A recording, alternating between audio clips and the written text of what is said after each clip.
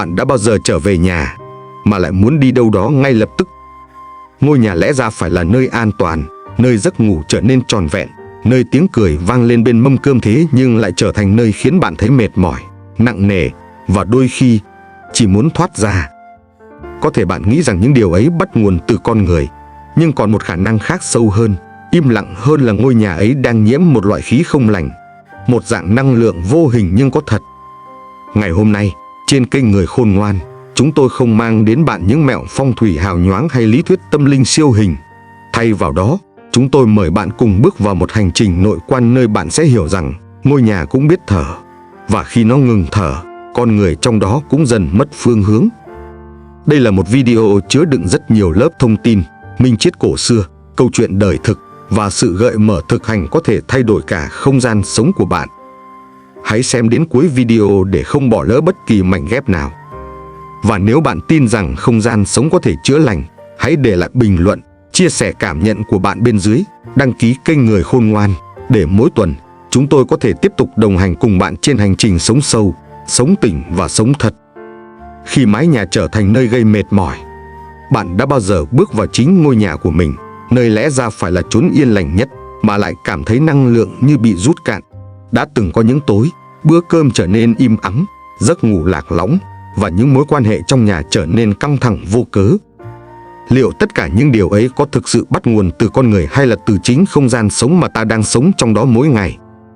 Ngày hôm nay, hãy cùng tôi, một người đã dành cả đời để nghiền ngẫm triết lý Đông phương, khám phá một chân lý sâu sắc nhưng thường bị lãng quên: ngôi nhà là sinh thể sống. Và khi ngôi nhà không còn thở, con người trong đó cũng dần mất đi hơi ấm, mất đi hướng đi. Ngôi nhà không chỉ là bê tông, đó là trường năng lượng. Người xưa từng nói, nhân cư trạch chung, trạch cư khí chung, nghĩa là con người sống trong nhà, nhưng ngôi nhà ấy lại nằm trong khí. Đây không phải là một hình ảnh ẩn dụ, mà là một sự thật tinh tế của đời sống. Khí, trong góc nhìn cổ học phương Đông, không đơn thuần là không khí vật lý, mà là một dạng năng lượng sống vô hình, bao trùm và thấm vào mọi vật thể, mọi không gian. Nó ảnh hưởng đến tâm trạng, sức khỏe, thậm chí vận mệnh của những người sống trong đó. Bạn có từng để ý rằng có những căn nhà bình thường, không hề sang trọng, nhưng chỉ cần bước vào là lòng thấy bình yên, dễ chịu, nhẹ nhõm lạ thường. Và ngược lại, cũng có những căn biệt thự lớn, nội thất đắt tiền, sáng bóng tinh tươm, nhưng lại khiến người ta cảm thấy ngột ngạt, nặng nề, bất an. Nguyên nhân đôi khi không nằm ở thiết kế hay trang trí, mà ở khí tức trường năng lượng đang tồn tại trong căn nhà ấy. Khi một nơi chốn tích tụ quá nhiều tổn thương chưa được hóa giải, những cảm xúc tiêu cực, những ký ức buồn, những mâu thuẫn dồn nén lâu ngày, khí sẽ trở nên trì trệ, nặng nề.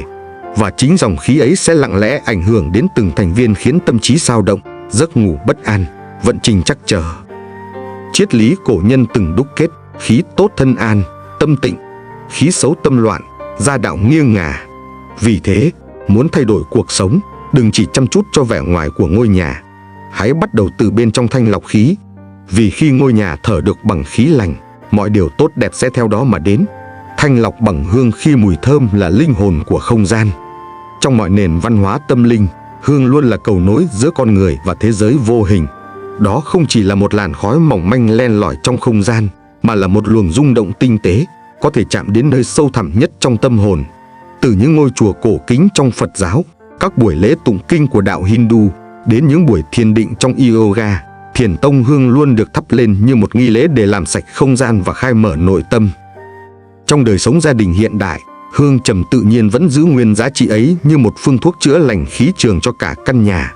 Không cần quá cầu kỳ, không cần nghi lễ phức tạp, chỉ cần mỗi tối trước khi ngủ đốt một khoanh trầm thanh sạch, để làn khói nhẹ nhàng lan tỏa trong từng căn phòng. Câu chuyện của anh Minh là một minh chứng chân thật. Sau nhiều tháng gia đình chìm trong bế tắc, con khóc đêm, vợ chồng căng thẳng, công việc gặp trục trặc, anh đã thử đốt trầm theo lời khuyên của một vị sư già. Chỉ sau vài ngày, bầu không khí trong nhà như được gột rửa, giấc ngủ sâu hơn, tiếng cười trở lại, sự bình an nhẹ nhàng lan tỏa trong từng bữa ăn. Tuy nhiên, một điều quan trọng cần lưu ý, không phải loại hương nào cũng tốt. Tránh tuyệt đối các loại nhang tẩm hóa chất, hương công nghiệp. Hãy chọn trầm hương thiên nhiên, sạch, không phụ ra, bởi chỉ mùi hương thật sự thuần khiết mới có khả năng chữa lành, thay vì âm thầm đầu độc cơ thể và tinh thần. Hương đúng, lúc đúng không chỉ thanh lọc nhà cửa, mà còn thanh lọc lòng người. Giữ lửa ánh sáng là nhịp thở thứ hai của nhà. Ánh sáng tưởng chừng chỉ là một yếu tố vật lý giúp ta nhìn rõ, nhưng trong triết lý sống và tâm linh cổ đại, nó chính là dòng mạch sự sống, là nhịp thở thứ hai của không gian sống. Nếu hương thanh lọc khí trường, thì ánh sáng giữ cho dòng năng lượng ấy không ngừng trệ, luôn luân chuyển, luôn ấm áp. Người Tây Tạng có một niềm tin được lưu truyền qua nhiều đời: ngôi nhà không có ánh sáng đèn là nơi vong linh dễ cư ngụ. Không phải lời hù dọa, mà là một cách nói biểu tượng rằng nơi nào thiếu ánh sáng, nơi đó dễ trở thành vùng đất của sự trì trệ, buốt lạnh, bất an.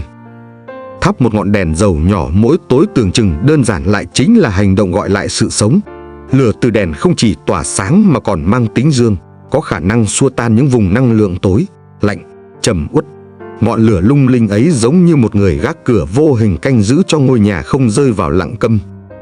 Khoa học hiện đại cũng đã chứng minh rằng ánh sáng từ lửa với sóng dao động mềm mại, không đơn sắc như đèn điện có thể làm dịu hệ thần kinh, điều chỉnh tần số não bộ, hỗ trợ giấc ngủ và cải thiện tâm trạng. Chuyện kể lại, một gia đình vùng cao Tây Tạng từng mắc phải những triệu chứng khó lý giải: mỏi mệt, mất ngủ, uể oải. Một vị Lạt Ma khuyên họ hãy thắp đèn dầu mỗi đêm. Sau một tuần, căn nhà trở nên ấm áp khác lạ. Sau 2 tuần, bệnh tật tan biến. Và rồi cả gia đình đồng thanh: chúng tôi không biết lý do, chỉ biết mình đã khỏe lại. Có lẽ ánh sáng ấy không chỉ soi sáng ngôi nhà mà còn chiếu rọi trở lại bên trong tâm thức con người, làm sống lại từng góc nhà bằng tình thương và ý thức. Người ta thường lầm tưởng rằng một ngôi nhà đẹp là một nơi hạnh phúc, nhưng thực tế, có những căn biệt thự xa hoa lại lạnh lẽo hơn cả những gian bếp tềnh toàng. Mái ấm không nằm ở kích thước hay vật chất, mà ở khí chất và sự sống bên trong. Câu chuyện của chị Thảo là một minh chứng sống động. Giữa lòng thành phố, chị sở hữu một biệt thự gần 400 mét vuông nội thất hiện đại, đèn sáng rực, sàn nhà lúc nào cũng bóng loáng. Nhưng bước vào nhà, chị luôn cảm thấy như đang đi trong một hành lang bệnh viện sạch sẽ mà vô hồn. Chị mất ngủ triền miên, ăn uống không ngon miệng, luôn có cảm giác thiếu thốn một điều gì đó mà không thể gọi tên.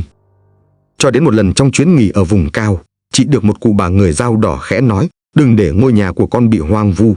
Câu nói ấy như một chiếc chìa khóa mở ra cánh cửa chị đã vô tình đóng kín lâu nay. Về nhà, chị không bắt đầu từ phong thủy, không thuê kiến trúc sư mà bắt đầu từ chính đôi tay mình.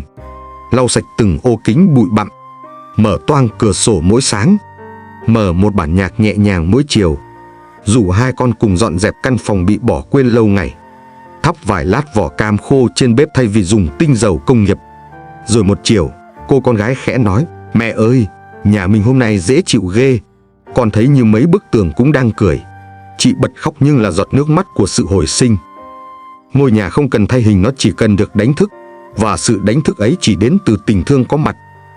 Hiệu ứng năng lượng sống ngôi nhà cũng có nhịp tim. Người xưa nói: vật vô tri bất cảm, nhân hữu tình tự nhiễm. Vật vô tri tuy không biết nói, nhưng khi tiếp xúc lâu dài với người có cảm xúc, chúng cũng thấm dần một loại khí chất. Và đó chính là nền tảng cho điều mà khoa học hiện đại gọi là hiệu ứng năng lượng sống trong tâm lý học môi trường. Mỗi căn nhà đều ghi nhớ những điều diễn ra bên trong nó, không phải bằng ngôn ngữ, mà bằng trường năng lượng. Khi ta bước vào một nơi thường xuyên đầy giận dữ, oán trách, dù sàn nhà sạch bóng, ta vẫn cảm thấy bức bối không rõ lý do. Ngược lại, có những căn nhà cũ kỹ, đơn sơ, nhưng lúc nào cũng ấm áp và dễ chịu, bởi nơi ấy được bao bọc bởi năng lượng yêu thương, bình an và sự hiện diện đầy đủ của con người. Ghế, bàn, cửa sổ, bức tường đều là những thực thể vô tri, nhưng chính cách ta tương tác với chúng mỗi ngày mới quyết định liệu nơi đó là tổ ấm hay chỉ là chỗ trú thân. Bạn hãy thử ngồi yên giữa căn phòng quen thuộc, tắt điện thoại, tắt tivi, không làm gì cả, chỉ thở đều và lắng nghe. Hãy xem căn phòng nói với bạn điều gì. Có đang mỏi mệt không? Có đang cần ánh sáng, một bản nhạc nhẹ, hay chỉ một cái nhìn trọn vẹn từ bạn? Bởi khi bạn lau một chiếc bàn bằng lòng yêu thương, mở cửa sổ với tâm thế mời gọi sự sống, hay thắp một nén hương với lòng biết ơn, bạn không chỉ làm đẹp không gian sống, mà đang thanh lọc chính mình. Ngôi nhà cũng như trái tim cần nhịp thở đều đặn để sống, và nhịp thở ấy bắt đầu từ chính sự tỉnh thức của người đang sống trong đó. Cảnh báo về hương hóa học và ánh sáng nhân tạo. Trên hành trình thanh lọc không gian sống, không phải bất cứ điều gì mang hình thức thơm hay sáng đều mang lại điều lành. Thế giới hiện đại đã tinh vi hóa cảm giác, tạo ra những sản phẩm giả lập, đánh lừa giác quan, nhưng lại âm thầm gây tổn hại đến sức khỏe thể chất và tinh thần của con người. Bạn có biết, Đa số các loại nhang bán tràn lan trên thị trường hiện nay đều được sản xuất từ hóa chất tổng hợp, chất tạo mùi công nghiệp và keo dính độc hại. Những nén hương này tuy thơm nồng, lan nhanh, nhưng lại mang theo vô số vi hạt độc hại bay lơ lửng trong không khí. Trẻ nhỏ, người già, người có bệnh hô hấp hít phải mỗi ngày, chẳng khác nào sống giữa một bầu không khí ô nhiễm trong vỏ bọc linh thiêng. Tương tự, ánh sáng nhân tạo, đặc biệt là đèn LED ánh sáng trắng tuy tiết kiệm điện, dễ lắp đặt, nhưng lại phát ra thứ ánh sáng lạnh, đơn sắc, thiếu linh hồn. Ánh sáng này không dao động theo nhịp sống tự nhiên, không giúp tâm trí thư giãn, và thậm chí nếu tiếp xúc quá nhiều vào buổi tối còn rối loạn giấc ngủ, giảm chất lượng tinh thần. Khoa học năng lượng hiện đại đã chỉ ra, ánh sáng từ lửa như đèn dầu, nến có sóng dao động mềm mại, đa phổ, gần với nhịp dao động của não bộ thư giãn, alpha wave. Nó không chỉ làm dịu hệ thần kinh mà còn kích hoạt cảm xúc tích cực, hỗ trợ thiền định và chữa lành tinh thần. Hãy thận trọng, đừng để mong muốn thơm hơn hay sáng hơn vô tình khiến không gian sống trở thành nơi tích tụ độc khí và năng lượng lạnh. Mùi hương và ánh sáng nếu chọn sai sẽ không nuôi dưỡng, mà âm thầm rút cạn sinh lực của mái ấm. Kết luận đánh thức ngôi nhà, đánh thức chính mình. Ngôi nhà không chỉ là nơi ta ở mà là nơi tâm thức của chính mình được hiển lộ ra dưới hình dạng vật chất. Mỗi bức tường, mỗi khung cửa, mỗi căn phòng đều là một phần mở rộng của trạng thái nội tâm. Khi nhà hỗn độn, tâm ta cũng dễ trở nên rối bời. Khi không gian ngột ngạt, cảm xúc ta cũng nặng nề, bí bách. Vì vậy, chăm sóc ngôi nhà chính là một hình thức sâu sắc của việc chăm sóc bản thân. Không cần phải thay mới toàn bộ nội thất, không cần mua thêm những thứ đắt đỏ. Chỉ cần sự hiện diện, chỉ cần mỗi hành động được làm bằng tâm tỉnh thức.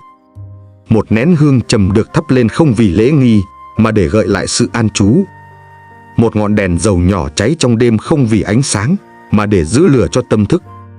Một lần lau cửa sổ bằng đôi tay thật chậm, không vì sạch sẽ, mà vì muốn thấy rõ hơn thế giới bên ngoài và cả bên trong mình.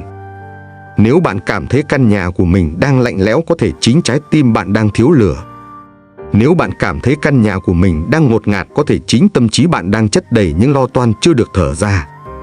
Hãy thử bắt đầu từ một điều rất nhỏ, một nụ cười khi bước vào cửa, một lời cảm ơn khi rót nước, một buổi chiều im lặng bên ngọn nến. Bởi khi bạn thắp lại sinh khí cho căn nhà, bạn cũng đang thắp lại chính mình. Và khi nhà biết thở, bạn sẽ thấy mình nhẹ nhõm, bình an, sống trọn vẹn hơn bao giờ hết. Lời nhắn cuối: hãy lưu lại video này như một lời thì thầm dịu dàng, dành cho những ngày lòng bạn trùng xuống, khi mọi điều trong cuộc sống bỗng trở nên mờ nhòe, và ngay cả căn nhà quen thuộc cũng không còn là nơi khiến bạn cảm thấy muốn trở về. Chúng ta thường mải mê chạy theo những thứ xa xôi, một chuyến du lịch chữa lành, một khóa học tự phát triển, một lần đổi hướng sự nghiệp. Nhưng đôi khi, chữa lành thật sự không ở đâu xa mà bắt đầu từ chính nơi ta đặt lưng ngủ mỗi đêm, nơi những bữa cơm gia đình diễn ra, nơi ánh nắng sớm mai lặng lẽ len vào qua ô cửa. Nếu bạn đang mỏi mệt, hãy thử dọn lại một góc nhỏ trong nhà bằng tất cả sự hiện diện của mình. Nếu bạn biết ai đó đang khủng hoảng, đang lạc lối, hãy gửi cho họ đoạn video này như một lời động viên âm thầm. Vì rất có thể, điều họ đang cần không phải lời khuyên, mà là một cánh cửa mở ra ánh sáng ngay trong chính ngôi nhà họ. Chỉ một hơi thở sâu, một ánh nhìn tỉnh thức, một ngọn đèn nhỏ thắp bằng lòng yêu thương cũng đủ để thổi hồn sống trở lại cho một mái ấm tưởng chừng đã ngủ quên. Bạn muốn sống khôn ngoan hơn mỗi ngày, đừng tìm kiếm điều lớn lao. Hãy bắt đầu từ điều nhỏ nhất. Hãy để ngôi nhà của mình biết thở. Vì khi nhà thở được, lòng bạn sẽ bình an. Và khi lòng an, cuộc đời sẽ sáng lại.